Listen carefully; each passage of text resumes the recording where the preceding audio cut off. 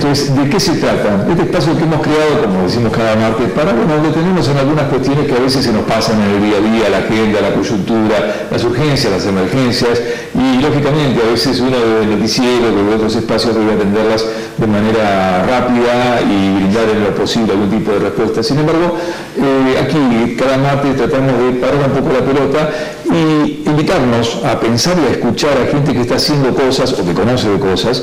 Y en este caso se nos ocurrió que era un buen momento para hablar de la actividad de una biblioteca. Y aquí ustedes no apaguen, no cambien de canal todavía, porque vamos a hablar de una actividad que tiene mucho que ver y te va a sorprender porque precisamente tiene que ver con lo que se hace no con los libros, sino desde los libros, pero fundamentalmente con la comunidad y desde la comunidad. Estamos hablando de la Biblioteca Popular de Trevelin, 68 años de historia. También Trevelin tiene una larga historia de anticipos. Tuvo los primeros teléfonos allá en 1916, por ejemplo, cuando todavía ni siquiera eran un par de rancheríos, y ya muy temprano también entonces una biblioteca popular. Es que también tiene una biblioteca, pero es una biblioteca municipal. ¿Cuáles son esas diferencias? ¿Qué le hace a una biblioteca popular la posibilidad de insertarse más o menos en su comunidad y cómo han ido abriendo posibilidades de acción? Es lo que nosotros vamos a estar charlando esta noche con nuestras invitadas para conocer precisamente estas actividades que vienen teniendo a veces de manera dispar, con mucho esfuerzo personal, y las vamos a presentar esta noche. Estela Castaño, Paula Chazarreta, gracias por estar esta noche aquí con nosotros. Por supuesto, conocer un poquito esta dinámica, que es una biblioteca popular, es la primera pregunta que se me ocurre para poder hacer y presentarlas esta noche. Bueno, buenas noches, ¿cómo estás? Bueno, una biblioteca popular es una asociación civil y, se gestiona, se lleva a cabo adelante por un grupo de socios, una asamblea de una comisión directiva que cada 2 años es elegida nuevamente o reelegida o se pone la votación y puede haber un nuevo grupo de vecinos que pueda gestionarla. En principio, uno asocia a la biblioteca con esto, con una gran colección de libros donde uno va, pide y le dan o le otorgan para que lea en la casa o en un lugar de la biblioteca. Paula, vos sos la bibliotecaria o una de las bibliotecarias. Una de las 3 en este momento. 3, exactamente. ¿Qué hace que una biblioteca popular en Trevelin, por ejemplo, pueda haber atravesado 68 años de historia y seguir teniendo la vigencia que tiene hoy dentro de la comunidad? Creo que más allá justamente de los libros, que es lo que vos mencionabas, en este caso es la gran labor social y cultural sobre todo que está teniendo. Al menos en los últimos años es algo que se generó a través de muchas otras propuestas, a pesar de que solamente tenemos libros, se empezaron a gestionar cuestiones musicales, de teatro, muchas cosas infantiles, entonces se empezó a mover como espacio cultural que lo hace crecer más allá de la gran oferta que de todas maneras hay en libros. Estela, ¿cuántos socios tiene hoy aproximadamente la biblioteca? Casi 2.000 socios. 2.000 socios para una localidad de cuántos habitantes tiene Trevelin en este momento. Estamos hablando de 8 o 9.000 habitantes. Un poquito más, puede ser con los parajes y demás. Sí. Y tenemos también socios de los parajes. ¿Tienen socios de los parajes? Sí, hay gente que por ahí viene a hacer gestiones a Trevelin y cuando viene llega, hacer la devolución de libros al tiempo que viene. Es mucho el porcentaje, muy elevado el porcentaje en relación a la población, ¿no? También tiene que ver con que no hay librerías en Trevelin, es la única forma, digamos, de tener un libro allá o venirse hasta Esquel para adquirirlo, y también el costo de los libros hizo que aumentara muchísimo el nivel de socios en estos últimos 4 años. Es la forma de tomar contacto con la lectura. Exacto, sobre todo que el hecho de que tenemos como muy buena oferta y muy actualizada hace que sepas que lo último también está, entonces no es solo ir a hacer tareas escolares o lo que uno cree que es una biblioteca. Claro, y cuando hablamos de fuente de actualización, tenemos ahora, supongo que tiene que haber una especie de puja ahí entre lo que son las nuevas tecnologías o la lectura del libro en papel también, ¿no? Digamos, ¿cómo resuelven eso? Y el tema también en Trevelin es que la oferta de internet no es tan amplia como en Esquel, entonces allá las nuevas tecnologías incluso son dentro de la biblioteca, o sea, la gente va con su computadora a usar internet allí o va a distintos cafés o estaciones de servicio, pero no es tan común como acá tener en el domicilio. Incluso en los parajes o en los lugares más alejados, o sea, seguís dependiendo del soporte de papel. Y cuando uno, por lo que estoy viendo en los socios, cuando uno lo puede elegir, elige el libro por sobre papel, por más que lo tengan digital, porque también ofrecen más oferta, pero si pueden pueden elegir el papel, por suerte se sigue eligiendo el papel. Y recordamos, Estela Castaño, Paula Chazarreta, Biblioteca Popular de Trevelin. Atención Trevelin, porque estamos hablando precisamente de uno de los recursos culturales más tradicionales que se tiene, y yo, estoy mirando allá, ahora me cambiaron de cámara, y yo me pregunto justamente si lo valoramos, ¿no? Bueno, me dicen 2.000 socios, abonados a la biblioteca, es una cifra alta, muy alta para lo que es una comunidad como Trevelin. ¿Cómo se logra mantener un grupo de trabajo en torno a una biblioteca? Cuando sabemos que armar los grupos se arman fáciles en general, pero después sostenerlos trabajando cuesta mucho, ¿no? Sí, cuesta, pero creo que también quienes asumimos una responsabilidad en torno a la gestión de la biblioteca es porque valoramos el espacio, porque somos socios de la biblioteca. Todas las personas que conformaron y conforman la comisión hoy y las que vendrán son socias. Entonces, de alguna manera empiezan a involucrarse de ser usuario, de participar de los eventos, de cuestiones con los libros, ¿no? Y luego se van involucrando y viendo cómo es la gestión del espacio, preguntando, y bueno, empiezan a comprometerse y saben que la biblioteca necesita ese compromiso para su gestión, porque es autogestiva. Es autogestiva, entonces, ¿con qué se banca, digamos? Nosotros tenemos los fondos, principalmente el aporte de los socios, que son los que nos ayudan a resolver todo. ¿Cuánto es la cuota de la biblioteca, por ejemplo? 36 pesos por mes. Es popular. 36 pesos por mes la cuota individual y 48.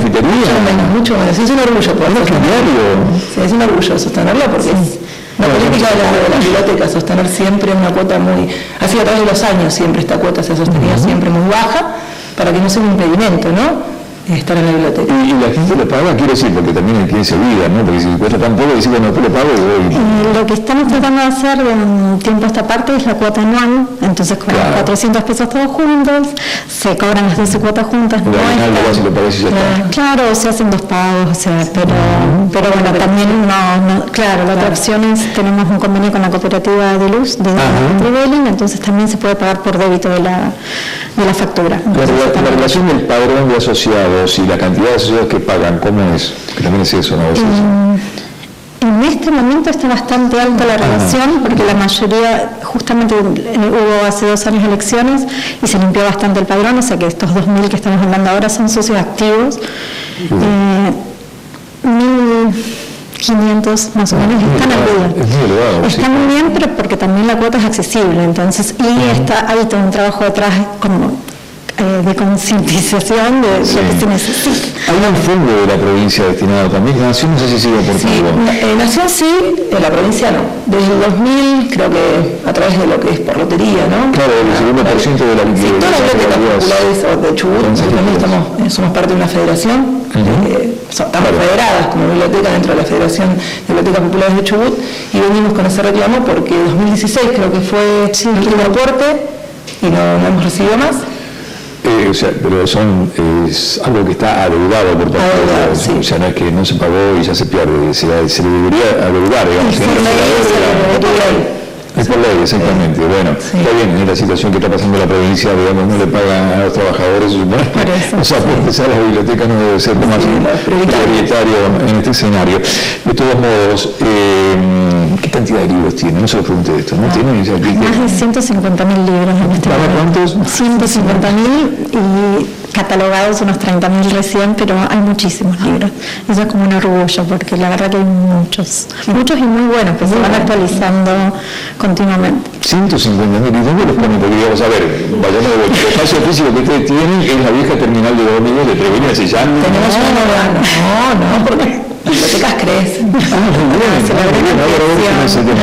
Ya desde hace 2015 hablamos de la biblioteca como un continuo, ¿no? Más allá de las comisiones empezó a gestionar la ampliación de la biblioteca y logramos 32 metros cuadrados, creo que son, ¿no? Sí, más. O sea, lo duplicamos casi en salud. Sí, en marzo de este año. En el mismo espacio físico lo ampliaron. Lo ampliamos, sí. Se amplió casi el espacio físico. No, el mismo por el terreno propio de la biblioteca. Bien. Entonces se amplió ese mismo. A ver, yo dije la vieja terminal de ómnibus porque he ido por etapas a Trevelin. La década del 90 fue una década muy fuerte donde yo trabajaba mucho para Trevelin. La década del 2000 más o menos, en aquella época era la terminal de ómnibus que le pasaron a la biblioteca. Ahora es el edificio de la biblioteca. Claro, en 2006 se logró que ese edificio se donara. Años, sí, claro. Ya es espacio de la biblioteca y con eso también se pudo lograr una ampliación porque era terreno propio. Entonces, es muy importante contar con el espacio de tener un edificio propio. Sin duda, ¿con qué fondos? De Nación. Los fondos fueron de Nación. Sí, a través del Ministerio de Desarrollo Social. Bien. Obtuvimos el financiamiento y bueno... ¿Ya está habilitado o ya está incorporado? Sí, el 2 de marzo se inauguró la nueva parte, digamos, la nueva ala.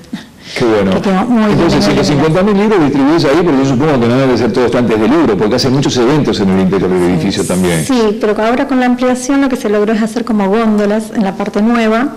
Entonces se desocupó la parte vieja, eso quedó abierto, solamente están las mesas y las sillas, que es mucho más simple cuando se hacen eventos de correr. O sea, antes se corría todo, se corrían las canterías y todo. Algunas noches, algunas actividades allí. Le pusimos ruedas en su momento para poder correr. Ahora es mucho más práctico. Bueno, ¿y qué eventos extraliterarios que uno conoce que hacen ustedes? Cuéntenme un poquito cómo surge esa idea y cómo los organizan.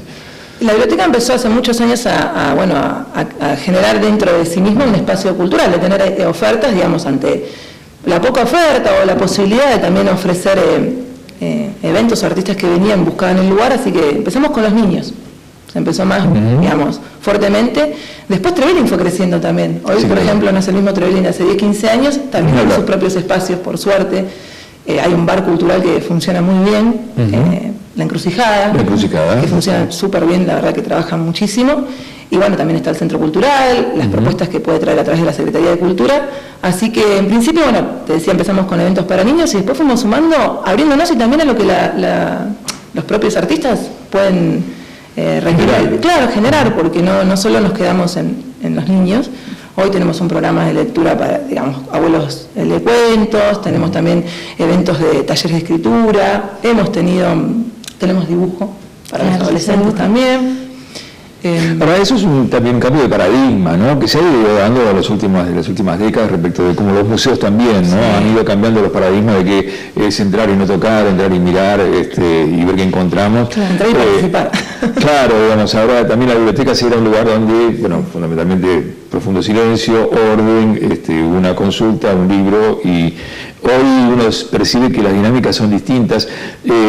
¿A qué responde en todo caso el paradigma de ustedes? Supongo que deben haberse hecho un presupuesto, bueno, esta es nuestra comunidad, podemos atender estas necesidades y hacer estas ofertas. ¿Tienen algún concepto ideológico, una idea que sea la que priorice o guíe el accionar de la biblioteca? Las bibliotecas populares se crean por ley y tienen un fundamento, una naturaleza, ¿no? O sea, en Argentina están de 1870, empieza a generarse estos espacios, ya después creo que la ley de bibliotecas es de la década del 90, pero bueno, tiene la idea es, más allá de la promoción y difusión de la lectura, generar actividades culturales y también ser un espacio para el encuentro de diferentes colectivos. Es algo que también tenemos que decir. Nosotros cedemos el espacio a diferentes grupos de vecinos o de asociaciones que necesitan un lugar de reunión donde puedan juntarse a plantear determinadas problemáticas. Claro. También lo abrimos porque es gente que se siente cómoda en el lugar y bueno, puede solicitar la sala. Y porque ese es el propósito de una biblioteca popular, una apertura al pluralismo, a la diversidad, a que todos podamos encontrar, digamos, más allá del conocimiento que puede ofrecer y de la libertad de expresión y todo lo que puede darnos los libros y el material que está circulando ahí, también la apertura a la comunidad desde las ofertas que pueda dar, ¿no? Que ser variado. En cuanto a lo que tenés como dentro del catálogo, ¿qué es lo que sentís que como bibliotecaria, digo, ¿no? Más está siendo demandado por parte de los lectores, en este caso de los usuarios de la biblioteca? Desde 2015 esta parte lo que se hizo fue como separar el catálogo en lo que se demanda y lo que se necesita. Hasta 2015 hubo un aporte nacional de libros que llegaban a todas las bibliotecas por igual. Entonces nosotros ya sabíamos que llegaba y se compraba lo que faltaba, digamos, dentro de la oferta que salía en el año de libros.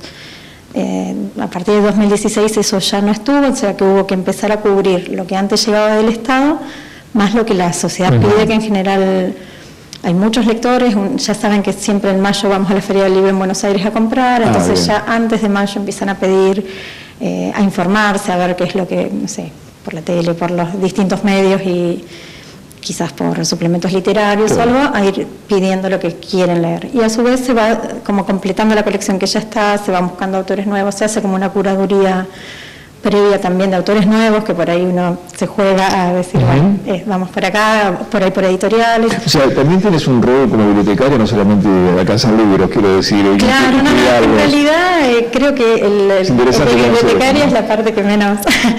Todo el resto es muy interesante ese papel en las bibliotecas populares, pues es muy participativo. O sea, es como que todo lo que hay hoy en la biblioteca no es una decisión unilateral, sino que es de los socios. O sea, eso es lo que hace que se sientan tan parte, me parece, porque es de ellos. O sea, incluso los nenes vienen con papelitos y con lo que quieren leer, y en mayo es como un desfile por la biblioteca. O sea, vienen todos a ver qué se trajo, si trajeron lo que pidieron.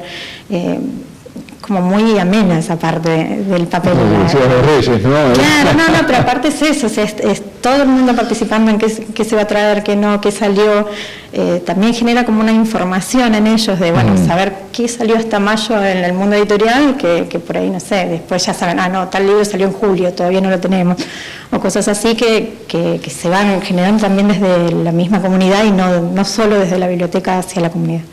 Me interesa mucho el tema de lo comunitario, ¿no? Hablábamos recién de las diversas actividades, más allá de lo que es la comisión que integra la biblioteca, ¿cuáles son los lazos que tienen con otras instituciones o otras organizaciones de la comunidad? Bueno, hoy, hace un tiempo, digamos, hace 2 años, una actividad fuerte que tomamos es redireccionar una acción puntual, es que a través de todos los eventos, todo lo que sucede en la biblioteca, nosotros pedimos, en este caso, un alimento no perecedero. Estamos trabajando con un merendero, un centro comunitario que ofrece un servicio de merienda, a veces de comida, lo que pueden sostener del barrio Malvinas, y en principio decidimos focalizarnos sobre ese espacio, ¿no? De poder colaborar y tener un lazo más participativo. Así que cuando los socios se acercan, las actividades son todas a la gorra, eso también queríamos decirlo, de carácter gratuito. O sea que todas las actividades, incluso los espectáculos, y eso son a la gorra. A la gorra, una gorra consciente, también tratamos de transmitir esto. Quien no tiene la disponibilidad económica de pagar el evento, está bienvenido, está invitado, que no sea el limitante lo económico. Esa es una línea de la biblioteca. Bien. Que lo económico no nos limite a ser parte de la biblioteca, ¿no? En los libros, en concurrir a los eventos, en participar también cuando cedemos el espacio a los vecinos, no pedimos nada a cambio, lo tienen abierto. Sí decidimos, por la situación social que se está viviendo, tomar este compromiso, esta responsabilidad, que todos los eventos, también a colaboración, ¿no? Quien pueda acercar un elemento no perecedero, que después nosotros nos acercamos al centro comunitario a llevarlo. ¿Qué cambia en una comunidad tener o no tener una biblioteca? Una biblioteca popular, además, ¿no? ¿Sí? Por ejemplo. Digo, como yo me supongo lo que debe ser cambiar tener o no tener una biblioteca en la casa, ¿no? Pero que, digamos, para pensarlo en voz alta. Yo creo que el derecho a la información, ¿no? La posibilidad de acceder, ¿no?, a la información de una manera tan abierta, ¿no? Desde la gestión que tenemos. Incluso personas que no son socias se acercan a la biblioteca a consultar. No es un limitante tampoco para poder ser usuario, acceder a internet. Después, bueno, uno se empieza a involucrar y preguntan, los chicos por ahí, los adolescentes que llegan y bueno, necesitan consultar algo, y después nosotros también les comentamos y les damos cuenta de qué se trata el espacio y se van asociando, pero me parece que tiene que ver con eso, con la posibilidad de tener un universo muy grande, ¿no? Yo al menos lo veo desde las relaciones, que es algo que me pasa con los chicos, que son quienes más usan el lugar, porque los adultos quizás vienen, buscan un libro, se quedan un ratito y se van. Pero los chicos hacen parte del espacio, se quedan, hacen uso, sobre todo los chicos del barrio, o a veces lo utilizan como el espacio entre actividades, o sea, entre una actividad y otra, pasan por la biblioteca, se sientan a leer.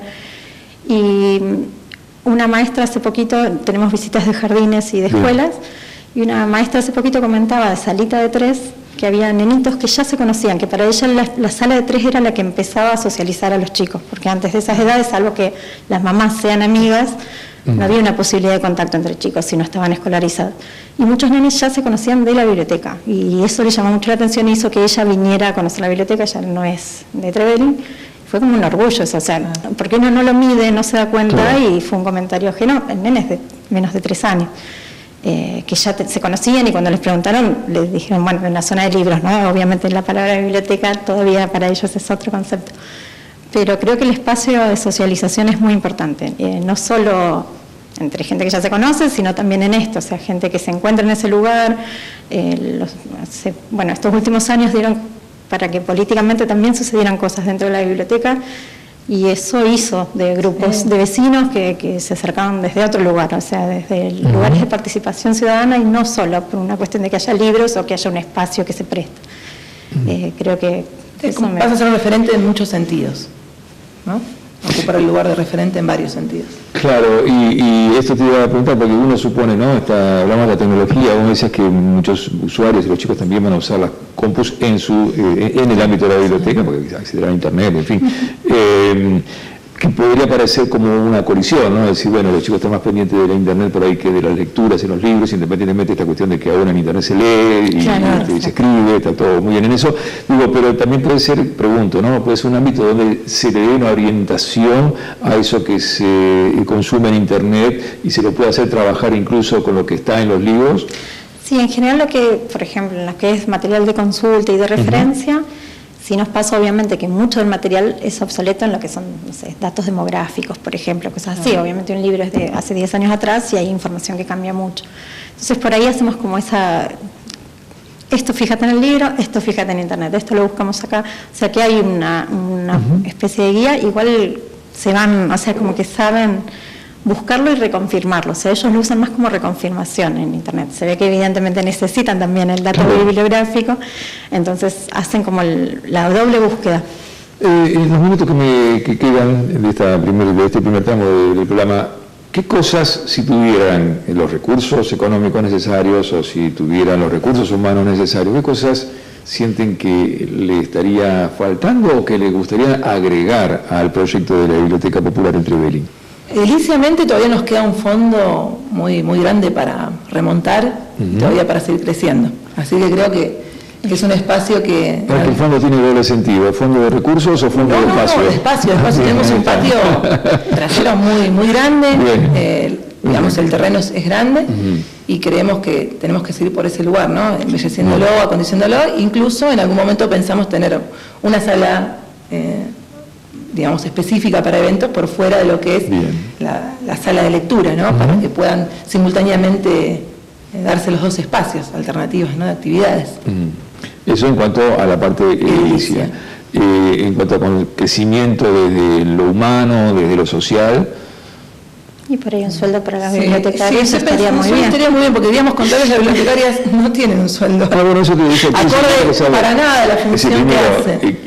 ¿Tienen personal rentado? Sí, pero a través, digamos, tenemos una becaria y después tenemos un personal rentado, que la tengo aquí, con otra compañera, que digamos, que lo solventamos con el aporte de los socios. Ya hablamos de los aportes de los socios y de la decisión de que sean, digamos, bajos, ¿no? Así que no es el acorde a su función, ¿no? No es un sueldo mínimo. ¿Tiene otra forma de recaudar, aparte de lo que debería ser el aporte que adeuda por ley la provincia, el aporte de los socios? ¿Hay otra forma para recaudar? Nosotros, sabes, de CONAVIP, de la Comisión Nacional de Bibliotecas Populares, que apoya las bibliotecas, que son más de 3.000 en todo el país, tenemos...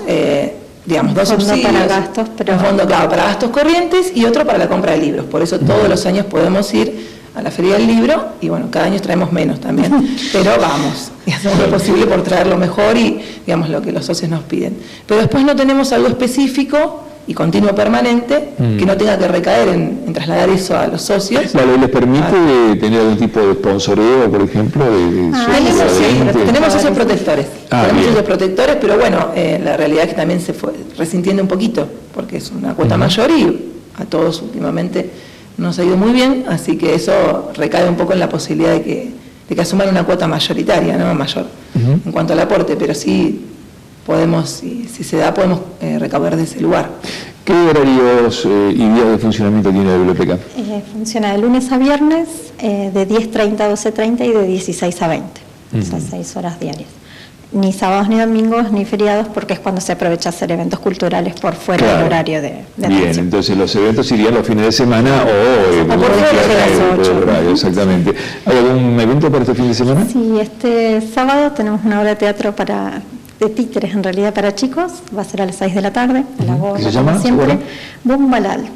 Sí, Fidel el viajero se llama el titiritero, está en gira, viene desde Costa Rica, está haciendo una gira latinoamericana. Creo que escuché hablar muy bien de... Sí, está en este momento en Bolsón, va a ser un espectáculo de narración oral para adultos y adolescentes el viernes en la Encrucijada y el sábado para chicos en la biblioteca. ¿Lo de la narración oral es taller o es un espectáculo? No, va a ser un espectáculo a la noche en la Encrucijada, el día viernes. Y el sábado en la biblioteca a las 6 de la tarde, eso ya es para toda la familia y es títeres. Sí. Bueno, y tienen un calendario más o menos armado ya para...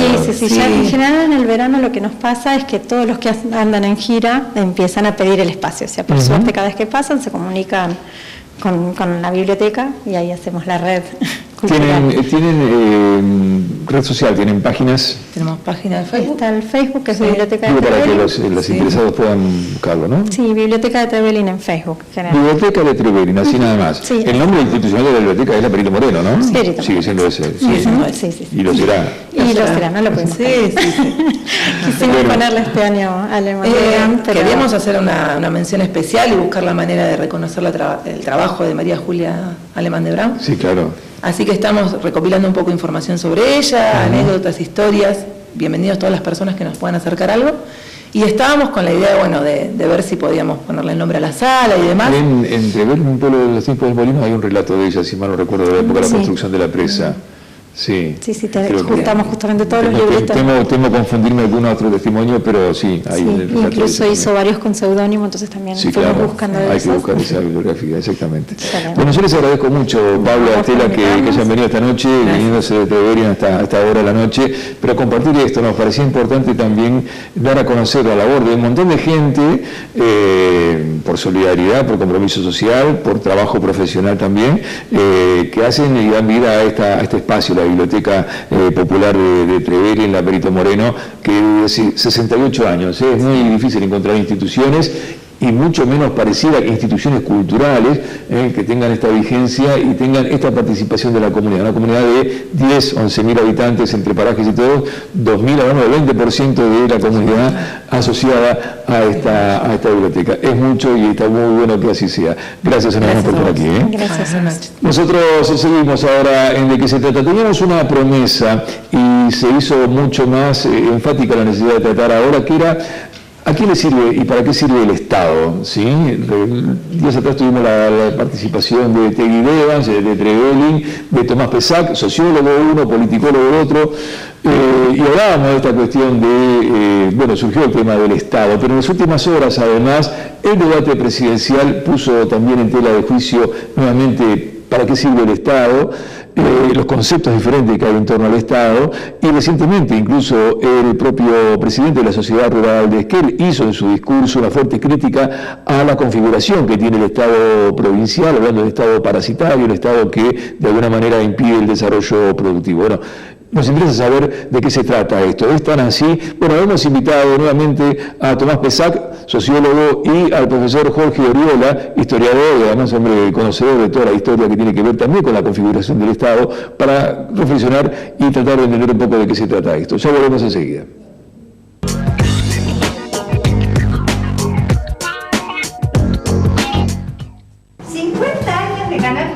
Junto a vos. Gracias por ser parte de la historia, del presente y del futuro. De Esquel Televisor a Color. ¡Feliz cumple! ¡Feliz cumple!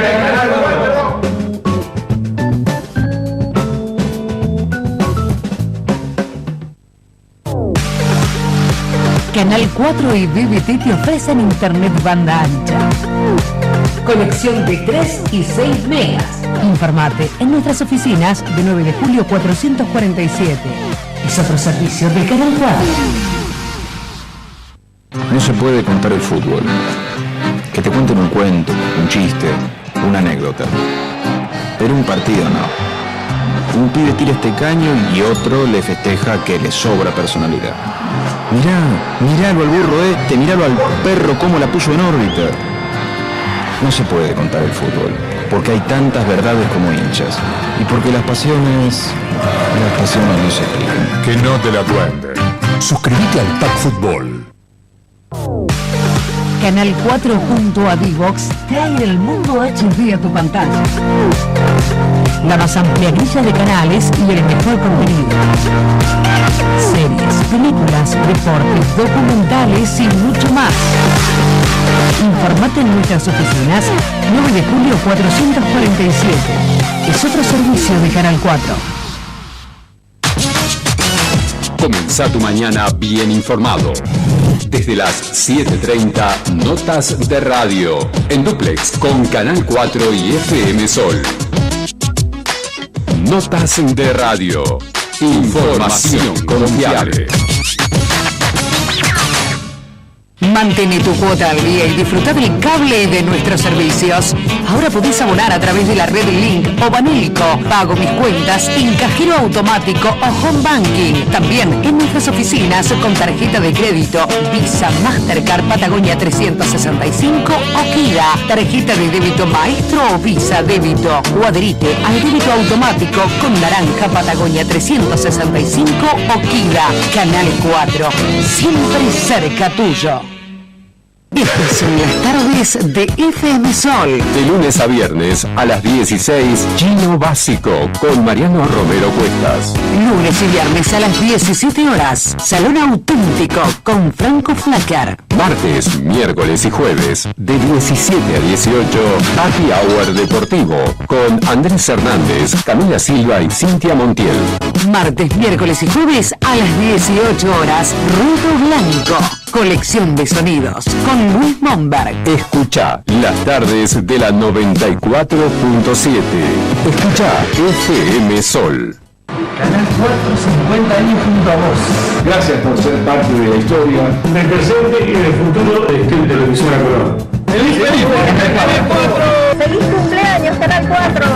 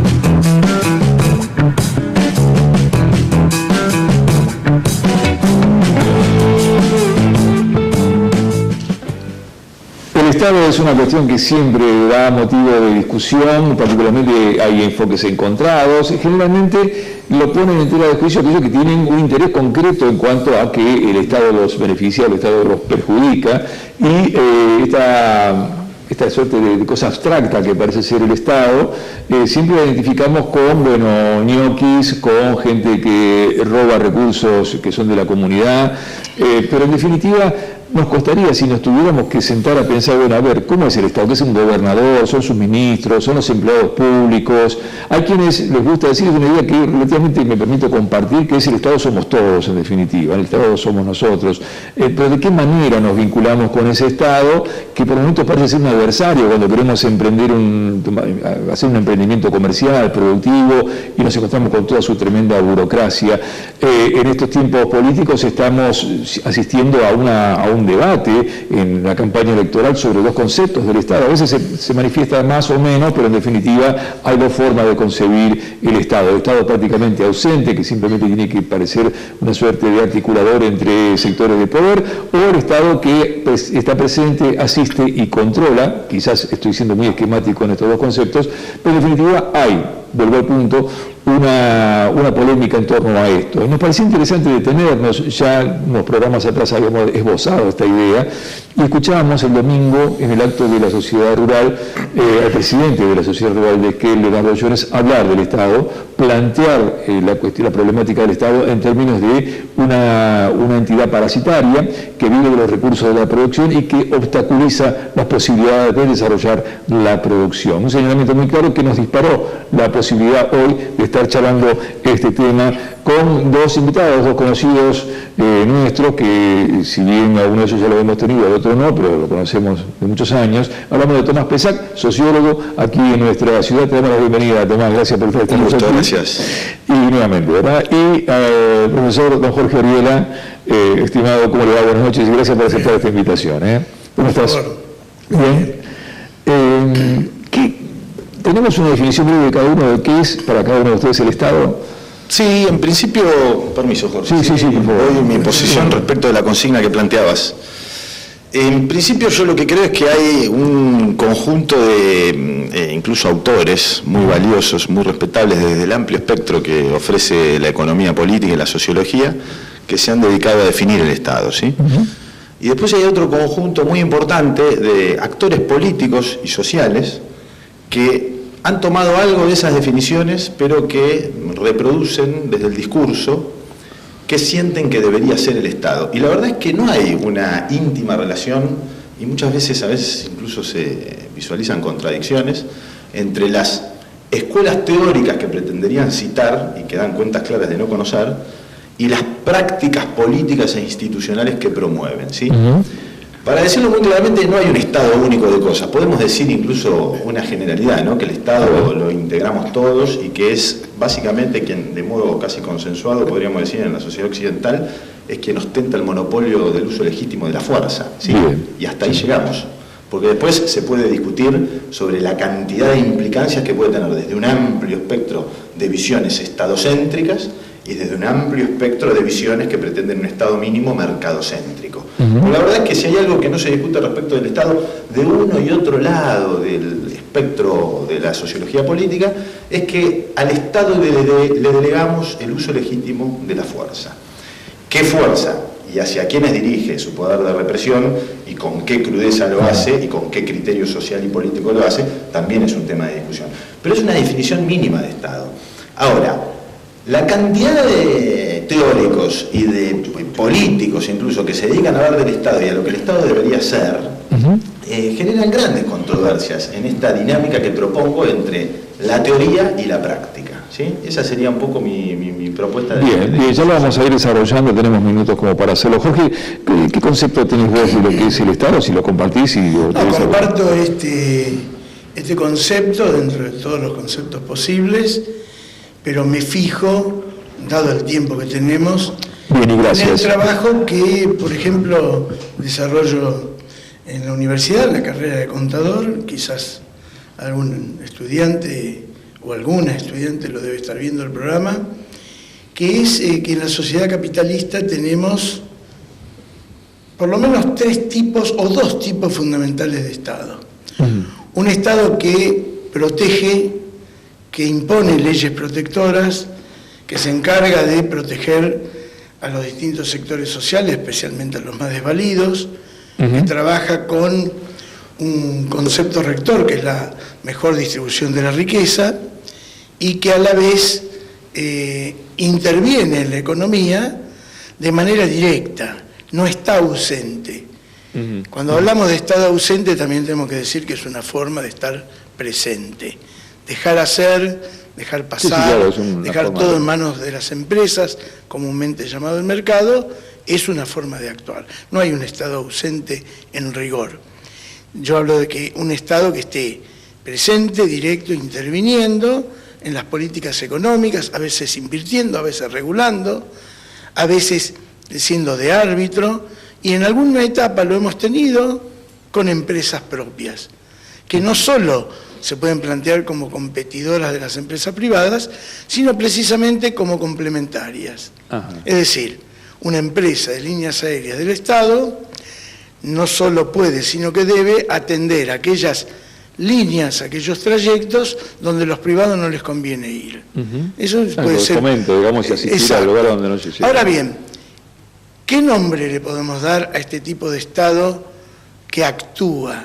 Bueno, hay un viejo nombre que tiene que ver con el estado de bienestar o estado benefactor, cuyos orígenes están en la Alemania del segunda mitad del siglo XIX, que se ha caracterizado por ser el tipo de Estado protector y colaborador, especialmente de los que menos tienen, de los que quedan marginados, de los que no entraron al trabajo formal, etcétera. Y ha sido un poco el tipo de Estado de la posguerra, después de la Segunda Guerra Mundial, especialmente en Europa.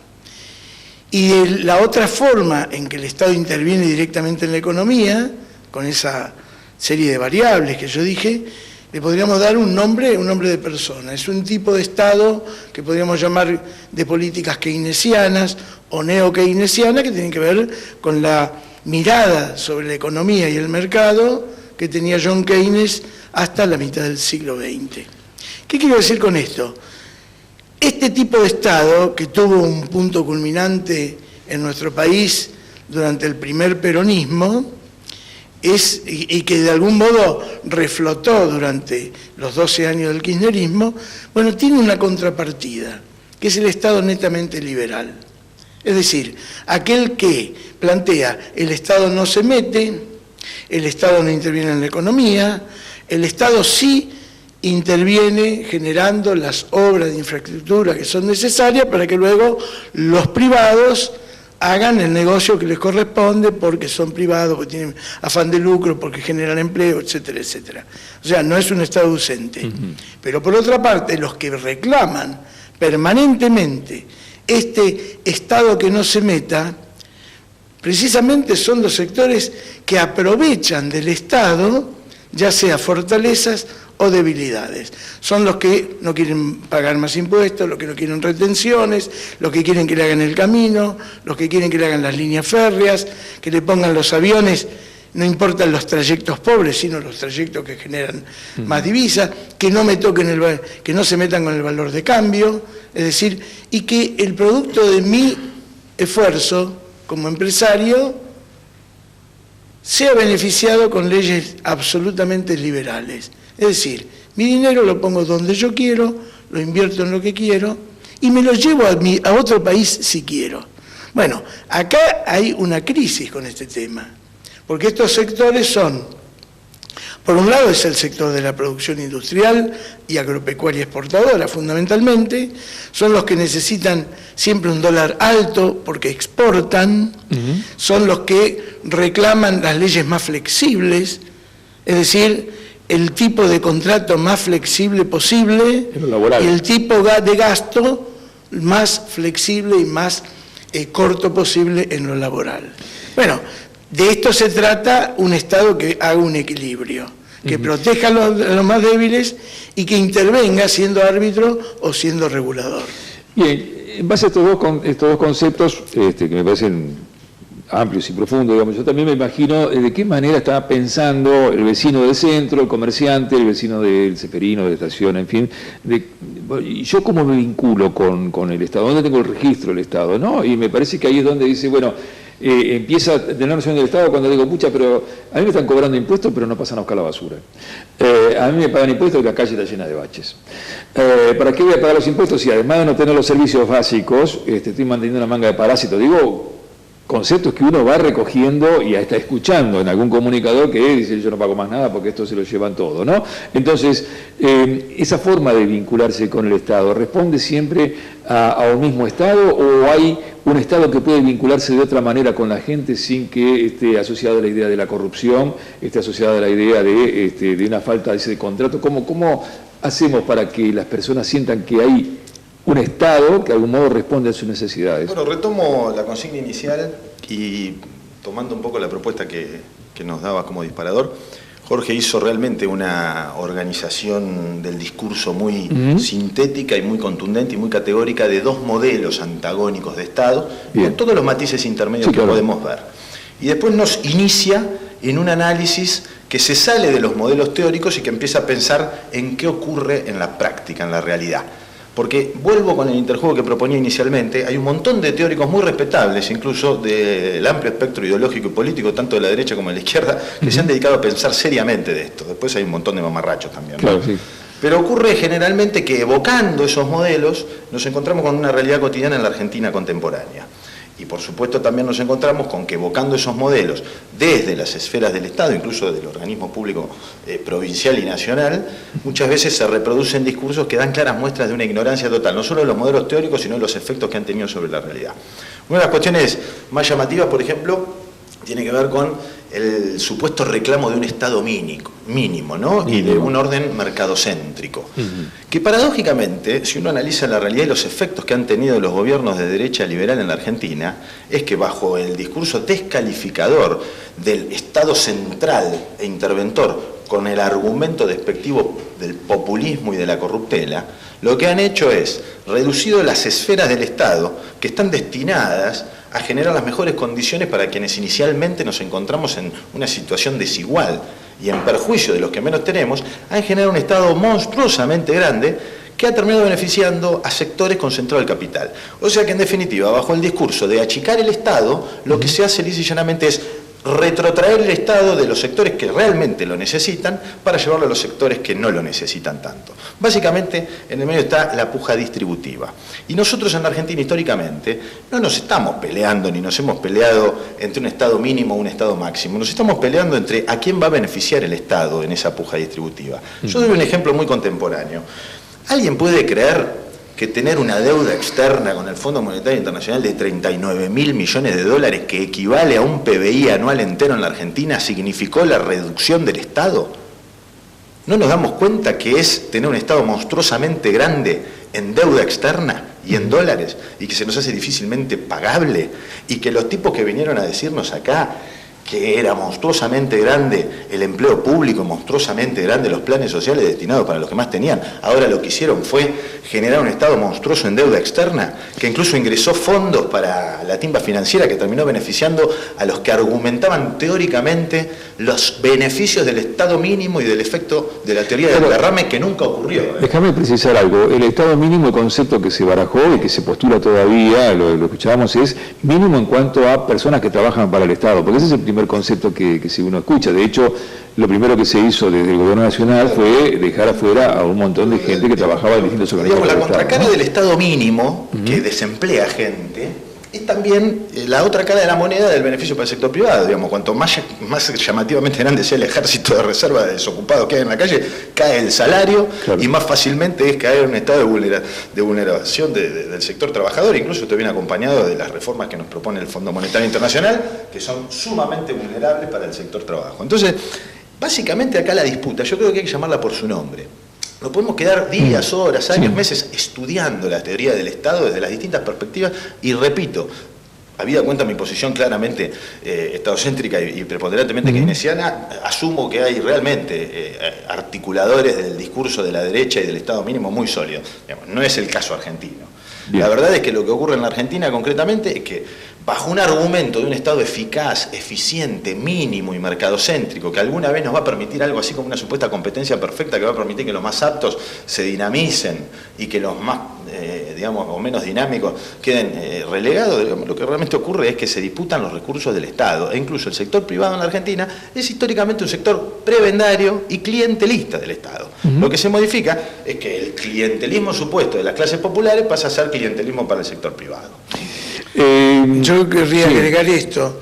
Frente a los ejemplos concretos que vos dabas, Gustavo, yo digo, un Estado municipal, por ejemplo, que paga los sueldos, pero que no arregla las calles o no recoge la basura, funciona mal. Un Estado provincial que no paga los sueldos o no los paga en fecha y se endeuda, está funcionando mal, ¿no? Un Estado nacional, provincial o municipal que tiene nichos, focos, personajes, grupos de corrupción, por más que digamos que la corrupción es inherente a la estructura del Estado, porque está en todos lados y en todos los tiempos. En la Argentina, por lo menos, desde la época de la colonia, que venimos con casos de corrupción con la aduana y con el contrabando. Y por más que digamos eso, ese Estado que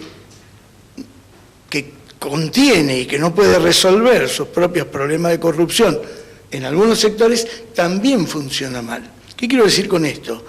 Que bajar del tipo de Estado que quiero, mínimo, porque tomo como excusa tales o cuales casos de corrupción, o que hay demasiados planes sociales, o que con mis impuestos estoy pagando a aquellos que no laburan, etcétera, etcétera, no solo ensucian o enturbian el debate, sino que se alejan del concepto que tenemos que discutir. Porque estoy poniendo un ejemplo pequeño, cotidiano, por más que se generalice, para hablar de una estructura importante, trascendente, como es qué tipo de estados queremos. Por eso vuelvo al planteo. Un Estado que esté presente, que intervenga en la economía, ya sea regulando, poniendo normas o siendo árbitro de las cuestiones laborales a través de las paritarias, que ponga la inversión necesaria para que todos trabajen, para que todos tengan la oportunidad de desarrollar su emprendimiento, su empresa, etcétera, pero que a la vez ponga las reglas del juego tales que aquellos que no están en el sistema, o aquellos que están en el sistema pero marginados porque están en la economía no formal o en negro, que aquellos que no tienen alcance a los bienes necesarios para sobrevivir, incluso los bienes culturales, que también son importantes para la vida de una sociedad. ¿Qué tiene que hacer el Estado? Atenderlos.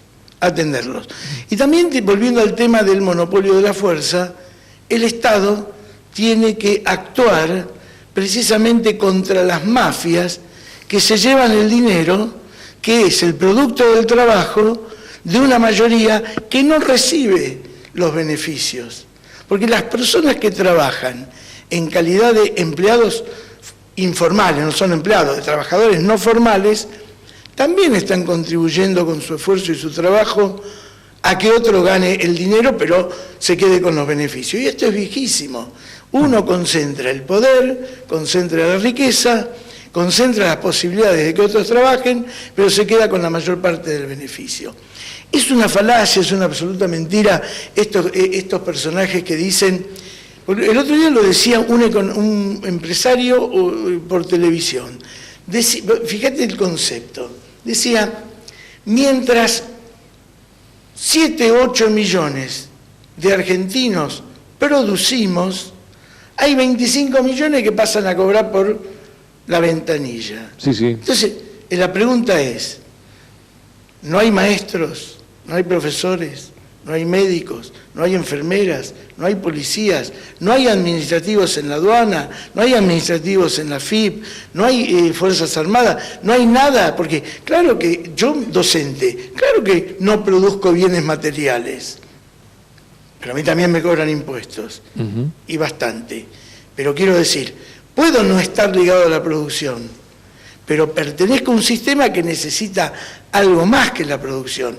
Y es incorrecto pensar que los que producen tienen derecho a cobrar un todo y los que no producimos, pero somos empleados de otra categoría, más los que no están formalizados, carezcan de derechos. ¿Quién resuelve esa cuestión? El Estado, un tipo de Estado que intervenga y que sea protector. O sea, Estado de bienestar y Estado keynesiano. Exactamente. ¿Puedo aportar al Me quedan 4 minutos y yo lo que quiero hacer una sola pregunta. Que podría hacer una pregunta porque también quiero por ahí derribar un mito o confirmarlo en todo caso. Pero es muy fácil la comparación, muy recurrente la comparación con otros países, ¿no? Claro. Y yo me pregunto si, por ejemplo, no, porque en Estados Unidos funciona tal modelo de Estado, o en Europa funciona tal modelo de Estado, y uno se pregunta si esos modelos de Estado son aplicables a cualquier país, independientemente de la relación que tengan en esta ecuación de centro-periferia, es decir, de las grandes potencias con su modelo de Estado y un país en la periferia del mundo, de la producción, donde tiene una dependencia de aquellos grandes estados que no sé si le cabe el mismo modelo, ¿no? Eso es para mí la pregunta. En principio creo que no cabe traspolar modelos, pero incluso si quisieran traspolarlos, tendrían que saber que tanto los ejemplos que citan en Estados Unidos como en Europa han sido históricamente los grandes países que han tenido políticas extremadamente proteccionistas para sus economías, ¿sí? Y para además, sus propias economías. Sí, claramente. O sea, me encuentro con un montón de personajes siniestros, aquí muy cerca y en todo el país y en la provincia, que además de tener una actitud absolutamente infundada, teóricamente mal formados, citan, por ejemplo, la imperiosa necesidad de este Estado mínimo que deje la libre competencia a la buena de los productores. Y cualquier capitalista ortodoxo sabe perfectamente que en la brutal recesión que está atravesando un país como la Argentina, si vos dejás al libre interjuego del mercado, no se sale nunca de la recesión, ¿sí? Para decirlo muy claramente, Keynes no era el enemigo del capitalismo. Keynes, de quienes nosotros estamos hablando muy bien aquí, para que después no resulte ser que nosotros dos somos anticapitalistas. Digamos, Keynes fue el salvataje más importante teórico práctico que tuvo el capitalismo. En la recesión de la década del 30, claro, ¿no? Y básicamente, de no haber sido por John Maynard Keynes, posiblemente nos encontraríamos en otro orden económico y social en el mundo, que ahí posiblemente estaríamos nosotros mucho más contentos. Pero la verdad que eso no pasó. Y nosotros estamos realmente parados desde el capitalismo, defendemos una posición en donde lo que se está planteando lisa y llanamente es que quienes se autoproclaman los exponentes del capitalismo liberal son tan ridículos que no comprenden que si no se toma como puntal del desarrollo y de la salida en un ciclo recesivo como el que está atravesando la economía desde hace ya 4 años, desde el sector privado con la inversión pública no va a venir ningún privado a actuar de manera antirracional a su propio interés privado. ¿O a quién se le ocurre pensar que va a venir una multinacional, una transnacional a invertir en un contexto de recesión como el que está viviendo la Argentina? Claro. Si no se hace cargo el Estado, si no nos hacemos cargo todos nosotros, no nos va a venir a salvar nadie. ¿O alguien piensa en serio que puede haber un empresario racionalmente inteligente, que sea un buen maximizador de utilidades, que venga a desembolsar inversiones en el sector real y productivo en un contexto de caída estrepitosa del empleo y de caída estrepitosa del consumo? Por favor. Le estamos dando una mano al capitalismo con estos argumentos.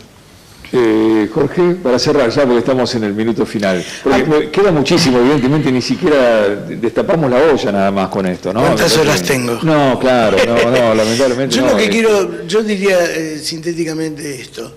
A mí me preocupa no tanto la gente con cierto poder económico y o político que hace estos planteos, pero como la gente común que hace de esos planteos casi una cuestión de vida. Es decir, acá durante el conflicto, por ejemplo, tema Jones Walla, tema Santiago Maldonado, hubo gente que a lo sumo tendría un jardincito atrás o adelante de la casa y terminaba repitiendo el discurso de defensa de la propiedad latifundista de la empresa donde aparece muerto Santiago Maldonado. Es decir, si vos tenés una maceta o tenés un jardín, no sos un terrateniente. Si te compras un cordero vivo para faenarlo para Navidad, no sos un ganadero. Entonces, hay que hacerse cargo de lo que se llama aproximadamente conciencia de clase. Y hacerse cargo implica no solo defenderse a sí mismo, sino defender solidariamente a quienes están en una situación desvalida, a los que no tienen trabajo, a los que no tienen ningún empleo formal, a los que están o las que están solas.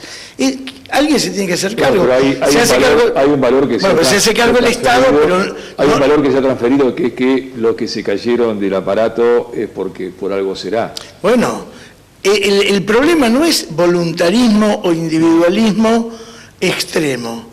El problema es un sistema que al no funcionar deja gente que se está yendo del sistema productivo y yendo del sistema de trabajo, que del trabajo formal pasa al trabajo informal, y como no hay plata en la calle, ni siquiera hay changas informales para hacer, alguien se tiene que hacer cargo.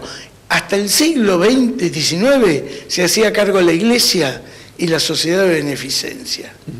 A partir de los cambios sociales que hubo en la mitad del siglo XIX y durante el siglo XX, se empezó a hacer cargo el Estado.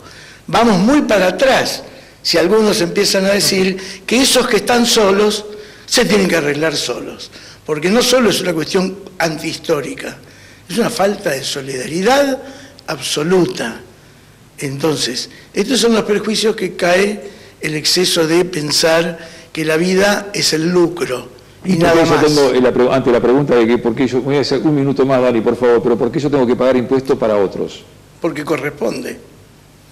¿Qué cree? ¿Que se muera de hambre? No, digo, porque la pregunta que se cuenta, esa es la respuesta. Si nadie se hace cargo, yo produzco, se muere de hambre. Me sacan el 50% de lo que yo produzco en impuestos.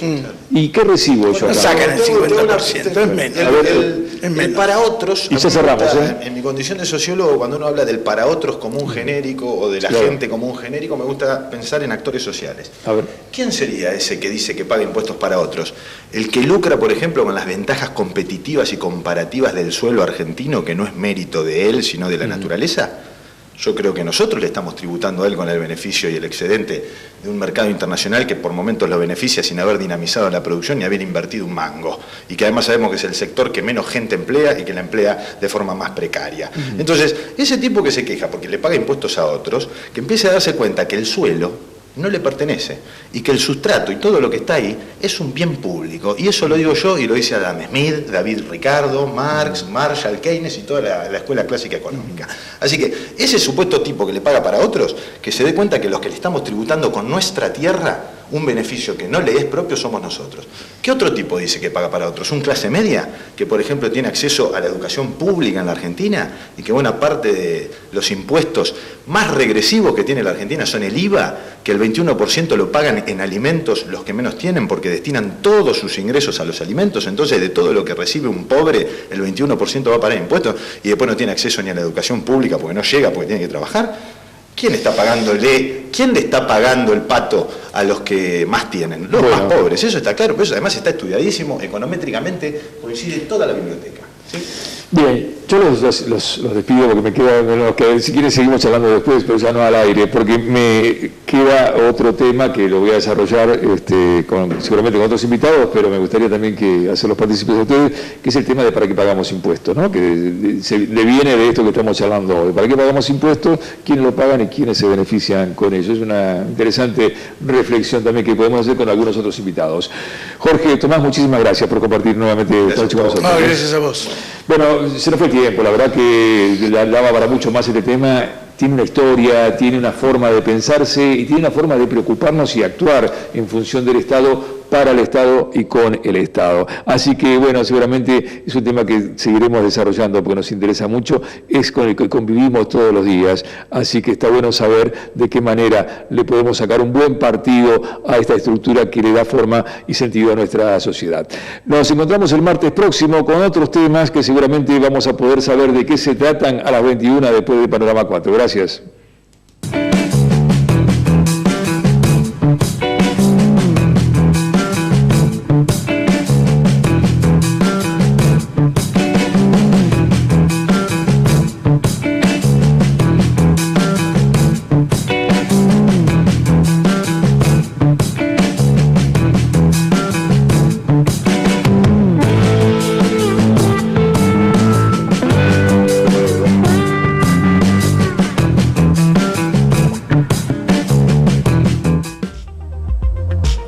Aquí finaliza el horario de protección al menor.